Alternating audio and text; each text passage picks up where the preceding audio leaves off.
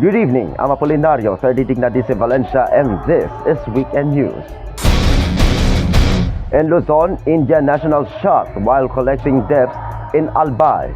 An Indian national was killed after being shot by an unidentified suspect while reportedly collecting loan payments in Barangay Poblacion in Ginobatan, Albay last Friday morning. A coconut vendor was also hit in the foot by a stray bullet during the incident. According to a report from the Ginobatan Municipal Police Station, the victim was identified only by the alias Bombay. In contrast, the injured vendor was identified as alias Bob, 49 years old, a resident of Barangay Mapaco in Ginobatan, Albay. The suspect, believed to be a lone male, allegedly approached the victim and opened fire. A resident identified as alias Ed said that while he was inside his store, he suddenly heard 3 to 4 successive gunshots. People started screaming, and when he went to check, he saw the victim lying on the ground covered in blood. Police immediately responded to the scene, and the 2 individuals who were hit by bullets were rushed to the hospital. However, the Indian national was declared dead on arrival. The Ginobatan Police Station is continuing its investigation and has launched a hot pursuit operation against the still unidentified suspect.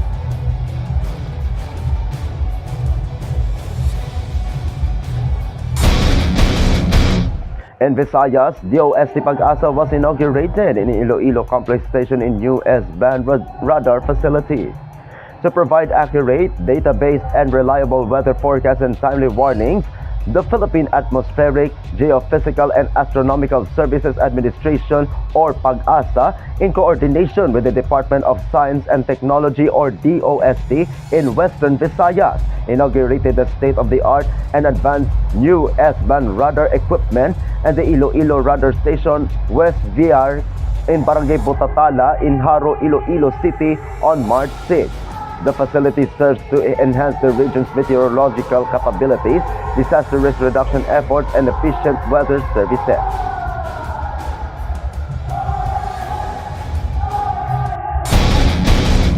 In Mindanao, high-caliber firearms seized in joint military and police operations in Nabalawag, SGA, and Midsayap, Cotabato. As part of the authorities' efforts to resolve the community conflict in Barangay Lumopog, Midsayap, Cotabato, and in Nabalawag Special Geographic Area, the Army and the Philippine National Police PNP conducted a joint law enforcement support operations, or LESO, yesterday. The conflict caused the displacement of hundreds of civilians. During the clearing operations, government troops recovered 13 high-caliber firearms used by armed groups involved in the conflict. Among the items recovered were M14 rifles, an 81mm mortar, a K3 machine gun, M16 rifles, an M4 rifle, a grenade rifle grenade rounds, and hand fragmentation grenades. Also recovered were bandoliers, magazines, and various types of ammunition and explosives. Government forces continue to coordinate with concerned agencies, local government units, and peace mechanisms to ensure the safety of civilians and support the peaceful resolution of the conflict. The military and police are also closely monitoring the situation in the area to maintain order and prevent any further escalation. Meanwhile, 602nd Brigade Commander Brigadier General Ricky Bunayog said they will continue working with the peace mechanisms of the MILF and local government units to ensure peace and safety in the community. These kinds of operations are part of our mandate to support law enforcement and ensure that innocent civilians will not affect it. We also call on all parties to prioritize dialogue, the peaceful resolution of any conflict. That's the said of Bunayog.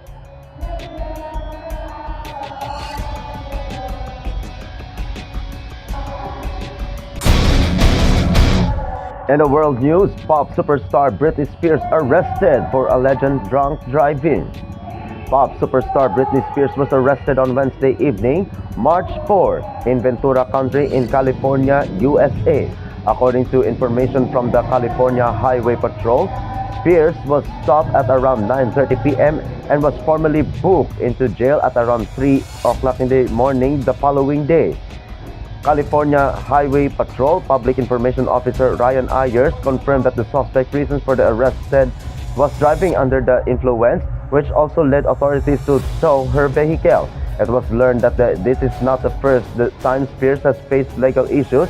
In 2007, she was charged with a hit-and-run incident, but the case was later dismissed after damage were paid. However, Britney Spears has already been released from jail.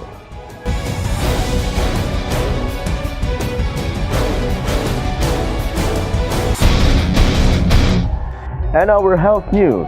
According to a health magazine, people usually start craving sweet foods in the afternoon. Instead of eating candies and donuts, it is better to eat fruits that contain natural sugar called fructose, such as pineapple and mango. Adding vinegar to your dishes may also help. The acid in vinegar can help break down enzymes that we get from eating sweet foods. It may also help to serve food on a blue plate. According to studies, the color blue on the dining table can reduce appetite, making people less tempted to eat dessert. Meanwhile, completely avoiding sweet foods may not help either because it could cause stronger cravings for them.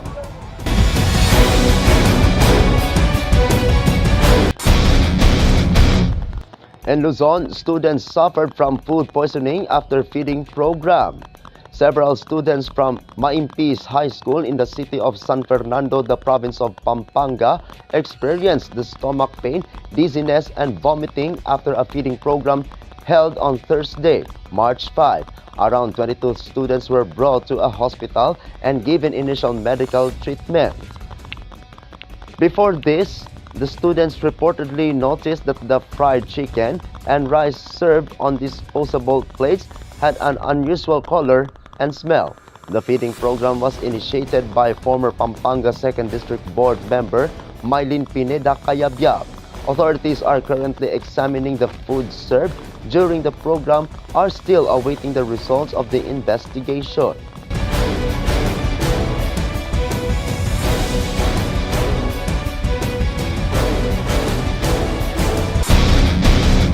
In Visayas, 52 houses gutted by fire in Barangay Kasambagan, nearly 300 residents affected.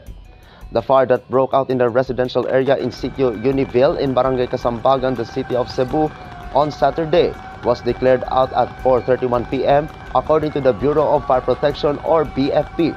The blaze erupted in an area near the University of Cebu in Banilad campus and was initially declared under third alarm due to the intensity of the fire.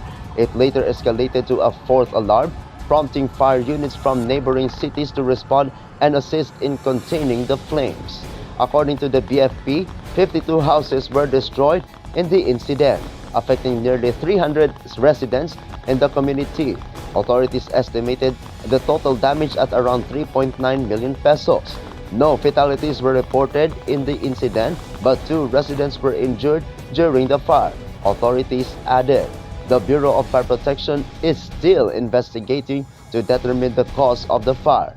Meanwhile, the public is advised to remain cautious and avoid the area while firefighting operations are ongoing.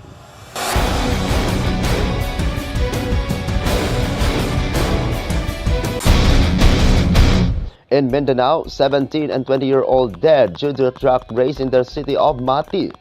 2 young men aged 17 and 20 died after they were involved in the reported drag racing accident in the city of Mati, the province of Davao Oriental at around 10:27 p.m. last Friday. The incident reportedly happened in Mangihay in Barangay Bobon in the city of Mati.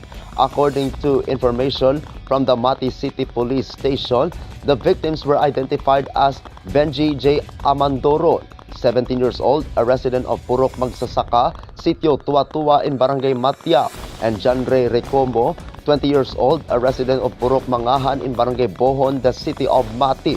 Authorities reported that a head-on collision occurred during the incident and the minor's left leg was reportedly severed due to the impact.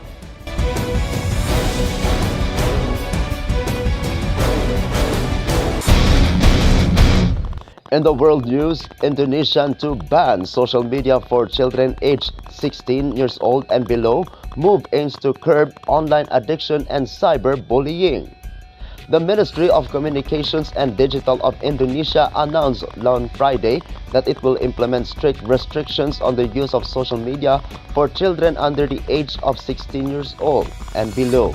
The move is part of the country's broader effort to protect young people from the dangers of online addiction and the growing cases of cyberbullying.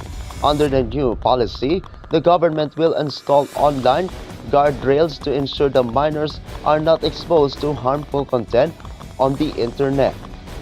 Indonesia is following the footsteps of other countries that have begun setting age limits on the use of digital platforms due to their increasing impact on children's mental health. Excessive use of social media has been linked to negative effects on students' academic performance and their social interactions with others.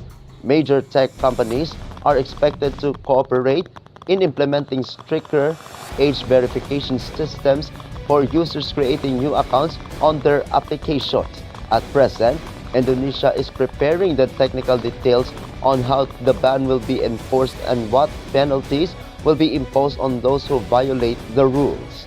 Authorities emphasizes that the safety of children in the digital world is just as important as their safety in a real life.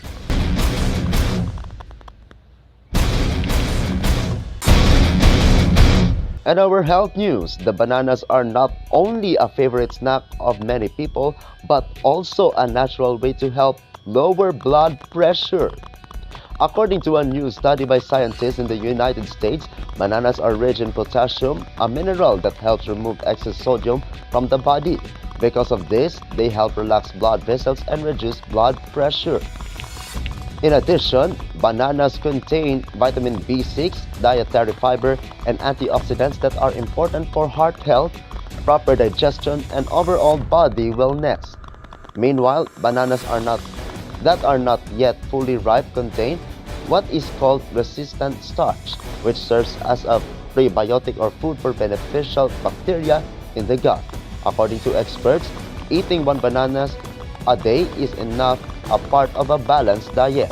However, excessive consumption should be avoided, especially by people with kidney problems, because it may lead to high levels of potassium in the blood, a condition known as hyperkalemia.